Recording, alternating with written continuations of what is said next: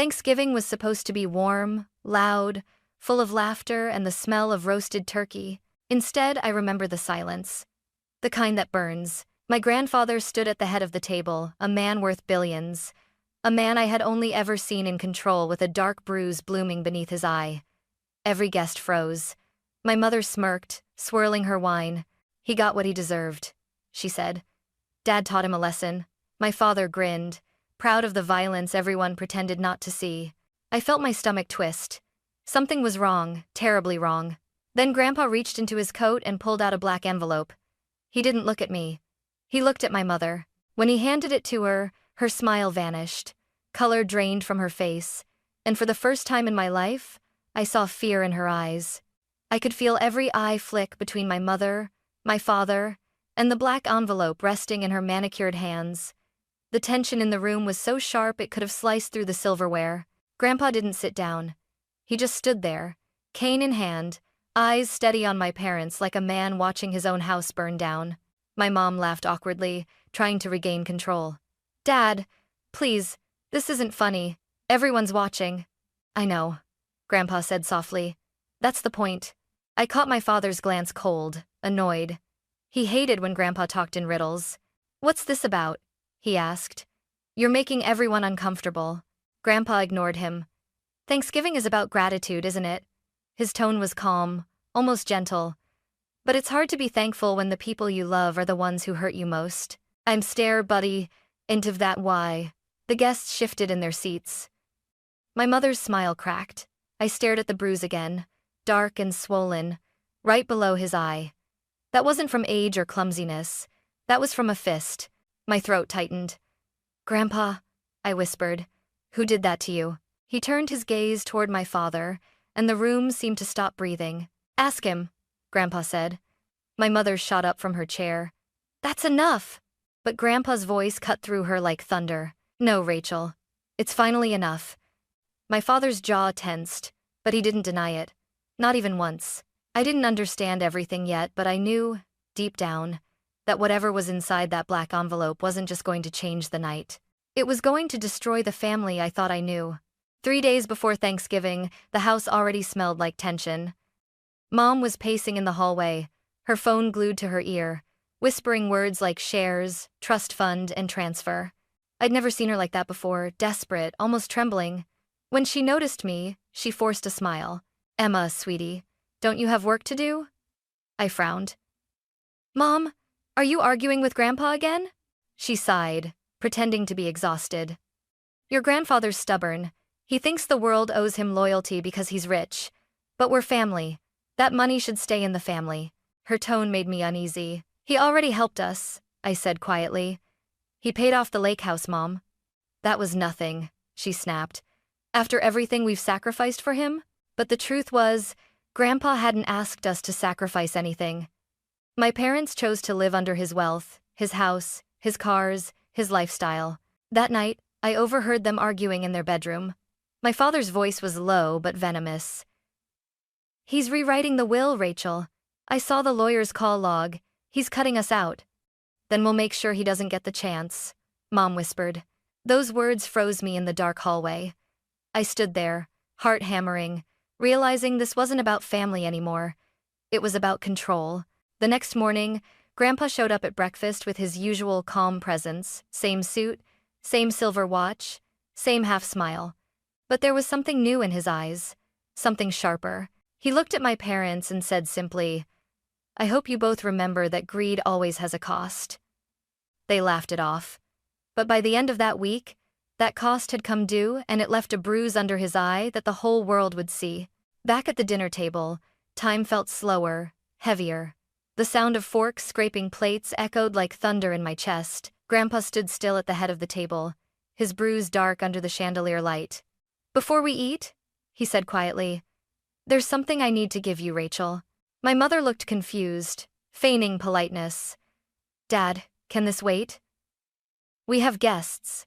"No," he interrupted. "It's long overdue." He reached inside his coat pocket and pulled out that same black envelope. Thick, glossy, sealed with red wax. It looked more like a weapon than a document. He placed it in front of her plate, the way a judge might place a verdict. What is this? She asked, laughing nervously. A reminder, he said. For you. And for him. His gaze flicked toward my father. My father leaned back, arms crossed. You're being dramatic, Henry. Grandpa's eyes didn't move. I've earned the right to be dramatic after what you did. The words froze the air. I glanced around. The guests looked anywhere but at us. Even the candles seemed to burn quieter. My mother's fingers trembled as she broke the seal and pulled out a folded letter. A flash drive slid out onto the table. She unfolded the paper, her smile fading with each line she read. What is this? She whispered. Grandpa didn't answer. Her voice rose, sharp now. You're accusing us? You think we're thieves? I don't think, Grandpa said. I know. He tapped the flash drive. That's your handwriting, Rachel, and your husband's voice, recorded last Tuesday, outside my study. My father's grin vanished. The color drained from his face. Grandpa continued, calm but lethal. You tried to take what wasn't yours. So now I'm taking something back. For a second, no one spoke. The only sound was my mother's shaky breathing. What's on that drive? I asked softly. Grandpa turned to me. Proof, Emma. The kind of proof that ends a lie forever. I didn't understand then what he meant, but I saw it in his eyes. He wasn't there to expose them. He was there to end them. And that black envelope was just the beginning. After dinner, the house buzzed with whispers and fake smiles. Guests were pretending to chat, but everyone was waiting for the explosion. It came sooner than expected. Mom slammed the kitchen door behind her. The letter crumpled in her hand. You really think you can humiliate me in front of everyone? She hissed. Grandpa stood near the counter, leaning on his cane, calm as a storm before it breaks. I didn't humiliate you, he said. You did that yourself. You've always hated me, she snapped. You made me beg for scraps while you lived like a king. I gave you everything, Rachel, he replied. A home, a future, opportunities you wasted chasing luxury instead of love. Her voice broke. You don't know what it's like to live under your shadow. Grandpa's eyes hardened. No, Rachel, you don't know what it's like to raise a daughter who would watch her husband hit her father. The words hit her harder than any slap could. I froze in the doorway, my heart pounding. Mom, is that true? She didn't answer. Her hand shook as she set the glass down on the counter.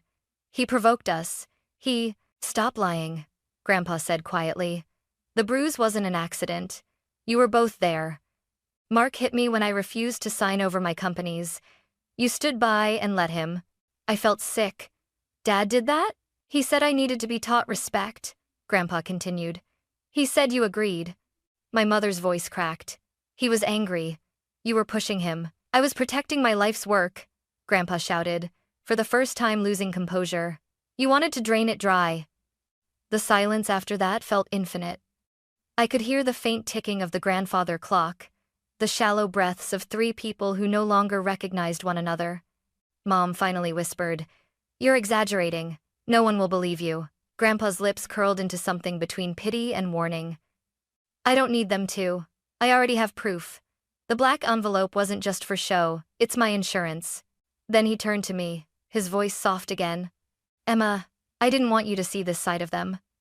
But sometimes the only way to open someone's eyes is to let the truth burn. I looked at my mother, her face pale, her hands trembling, and realized that bruise under his eye wasn't just from violence. It was from betrayal. The kind that scars deeper than any wound. Grandpa straightened, the faintest tremor in his hand as he reached for his cane. I've lived long enough to know one truth, he said quietly. Money doesn't destroy people, it reveals them. He nodded toward me. Emma, come here. I stepped closer, my heart pounding so hard I could barely breathe. His eyes, still bruised and weary, softened when they met mine. You deserve to know what I've done. My mother crossed her arms, her voice dripping with contempt. What now? Another lecture? Grandpa didn't even glance her way. That black envelope wasn't just proof of your crimes. It held my new will. The words hit like thunder. Mom blinked, confused. You're what? I've signed everything over, he continued. The estate, the companies, every share I built from the ground up. She laughed bitterly. To who? Don't tell me you're leaving it to charity. Grandpa smiled faintly. No. To Emma. The room went silent. My father's fork clattered onto his plate. What? My mother's voice cracked. You can't, she's a child. I'm 26, I said quietly. Grandpa's voice grew steadier. Old enough to understand integrity, young enough to rebuild what you destroyed. Mom's composure shattered. You're doing this to punish me. No, Grandpa said. I'm doing it to protect her from you. You stirred. It is not manager intended as the stand. My father stood up, his face red, veins rising along his neck. This is ridiculous. You can't just rewrite everything overnight. We'll contest it. You can try, Grandpa said calmly. But every document is notarized and filed. I even included the recordings from that night, your threats, Mark. The court will hear every word. My father's jaw tightened. You think this will make you a hero? You're a bitter old man. Grandpa's gaze hardened. I'm a man who finally learned that love without boundaries breeds monsters. Mom's tears came fast, furious. You're taking everything from me. No, he said. You took everything from yourself. The words echoed through the dining room. Even the air felt different, charged, heavy, final. I stared at Grandpa, my throat tight. Why me? I whispered. Why trust me with all of this? He smiled softly. Because when you saw the bruise, you were the only one who asked what happened, not what it was worth. Something inside me cracked. For the first time, I understood what he was doing, not just rewriting a will, but rewriting the future. Mom turned away, whispering under her breath, This isn't over. Grandpa's reply was calm, almost gentle. It already is. He leaned on his cane, his eyes glistening. I built this empire to protect my family. Now I'm giving it to the only one who still remembers what that word means.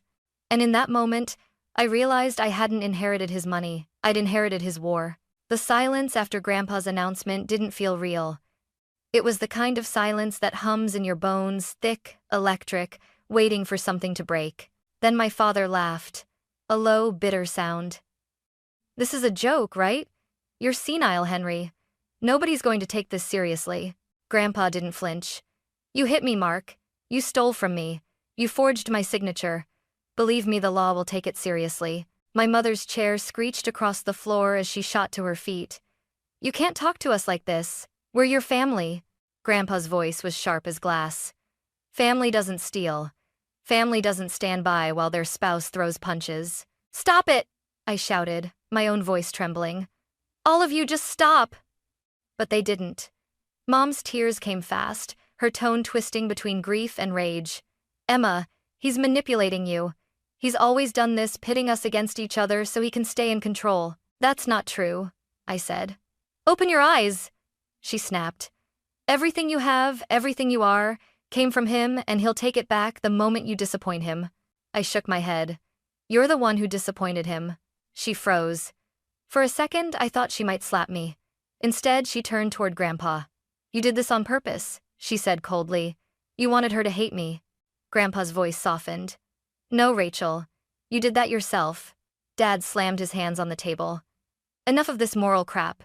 You're not thinking clearly, Henry. You've been confused for years. Grandpa met his glare, calm and steady. The only thing I'm confused about is why I let you into my family in the first place. That did it. My father lunged forward, his chair toppling. You old. Before I even thought, I moved. My body was between them before I knew it. Don't you dare, I hissed. He froze, eyes wide, maybe from shock, maybe from the fact that his daughter was finally standing in his way. Get out, I said quietly. Excuse me? You heard me. Both of you. Leave. My mother's voice broke.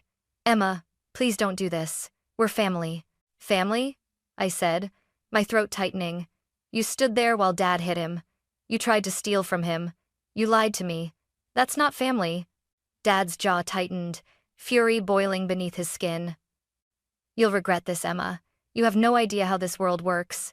I met his glare head on. Maybe not, but I know how decency works, and you lost yours a long time ago. Grandpa's hand found mine, his grip firm despite the tremor. Emma, he said softly, let them go. There's nothing left here worth saving. Mom sobbed, her mascara streaking down her face. You'll regret this, Dad. You'll die alone, and she'll leave you just like everyone else. Grandpa didn't even raise his voice. I'd rather die alone than live surrounded by thieves. My father stormed out first, muttering curses under his breath. My mother lingered for one last, shaking glance at me. "He's turned you against us," she whispered. I swallowed the ache in my throat. "No, Mom. You did that the moment you chose money over love." The door slammed behind them. The echo hung in the air like an aftershock. For a long time, no one moved. Then Grandpa exhaled, shoulders sagging. "You did what I couldn't," he said. I wiped my eyes. "What's that?" "Ended it." He looked older than ever, but also somehow lighter. "It's strange," he murmured. "I thought losing them would kill me. Turns out, it just set me free." I squeezed his hand. "You're not losing everything, Grandpa." He smiled faintly. "No, I'm finally keeping what matters." And as I stood beside him, the empire that once felt built on pride and silence began to feel like something new, something earned through fire and truth. The house felt different after they left, too quiet, too clean, like the air itself was holding its breath. Grandpa sank into his favorite leather chair by the fireplace, exhaustion written across his face. The bruise beneath his eye had turned a sickly shade of yellow. I sat on the rug across from him, knees pulled up, the black envelope between us. For a while, neither of us spoke. The crackle of the fire filled the silence. Then he said softly, "You're wondering what's on that flash drive?" I nodded. He leaned forward, his voice low and steady. "Security footage. From last week. I installed hidden cameras in the study after your father demanded access to my accounts." He reached into his pocket and handed me a small USB stick, the same one from the dinner table. "I didn't want you to see it," he murmured, "but you deserve to know the truth." I hesitated before plugging it into the laptop on the coffee table. The screen flickered to life. At first, all I saw was the study bookshelves, the antique globe, the glow of lamplight. Then, the door burst open. My father's voice filled the speakers. "Sign it, Henry." Grandpa's voice was calm. I said, "No, Mark. You're pathetic," my father snarled. "You'd rather give your empire to a stranger than your own daughter." "She's not ready," Grandpa said quietly. "And you'll destroy everything I built." That's when it happened. My father's hand lashed out. A slap, a punch. The camera shook as Grandpa stumbled against the desk. Then Mom's voice entered the frame, cold and sharp. "Just do it, Dad. We're tired of waiting." I stopped the video, trembling. My stomach churned. "They actually—" "Yes," Grandpa said simply. "And the bruise you saw at dinner was the price I paid for saying no." My throat tightened. "Why didn't you go to the police?" He smiled sadly. "Because sometimes justice isn't about punishment. It's about exposure. Let them ruin themselves." He leaned back, eyes glinting in the firelight. "I needed them to show their true faces in front of you. And they did." I stared at him, torn between anger and heartbreak. "You recorded everything, changed your will, invited them tonight. You planned this." He nodded. "I've spent my life fixing other people's mistakes. Tonight, I corrected my own." For a moment, the only sound was the fire popping in the hearth. Then I whispered, "What happens now?" Grandpa gave a small, tired smile. "Now? We rebuild. You'll take over the companies slowly. I'll teach you what I know, and you'll teach me how to trust again." I reached for his hand, squeezing gently. "You don't have to do this alone." He looked at me, really looked at me for the first time in years. "Neither do you." Outside, the wind howled through the trees, carrying the last echo of my parents' shouting voices away into the night. And for the first time, the house felt like it belonged to us, not as an empire, but as a beginning. A year later, the same dining room that once echoed with shouting and shame was warm again, filled with laughter, light, and the smell of roasted turkey. This time, there were no raised voices, no black envelopes, no bruises.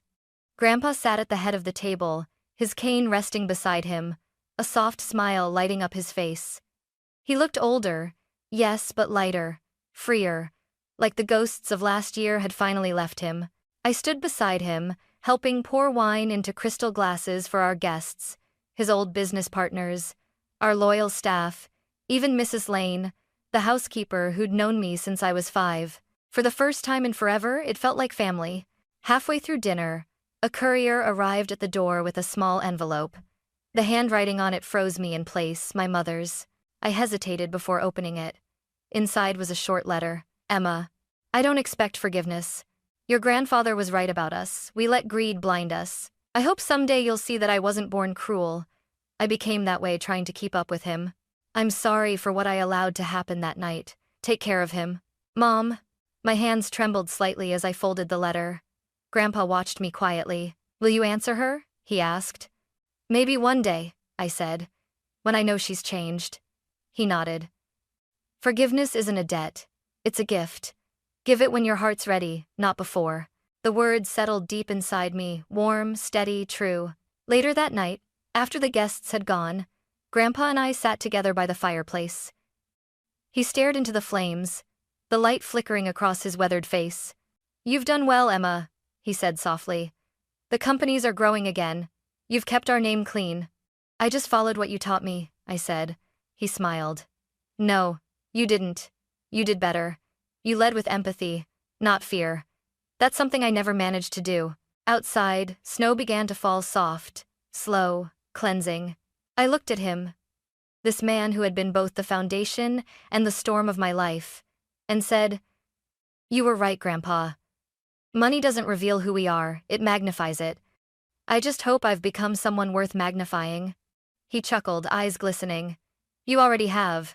And as we sat there, fire crackling, snow drifting beyond the windows, I realized something simple and profound.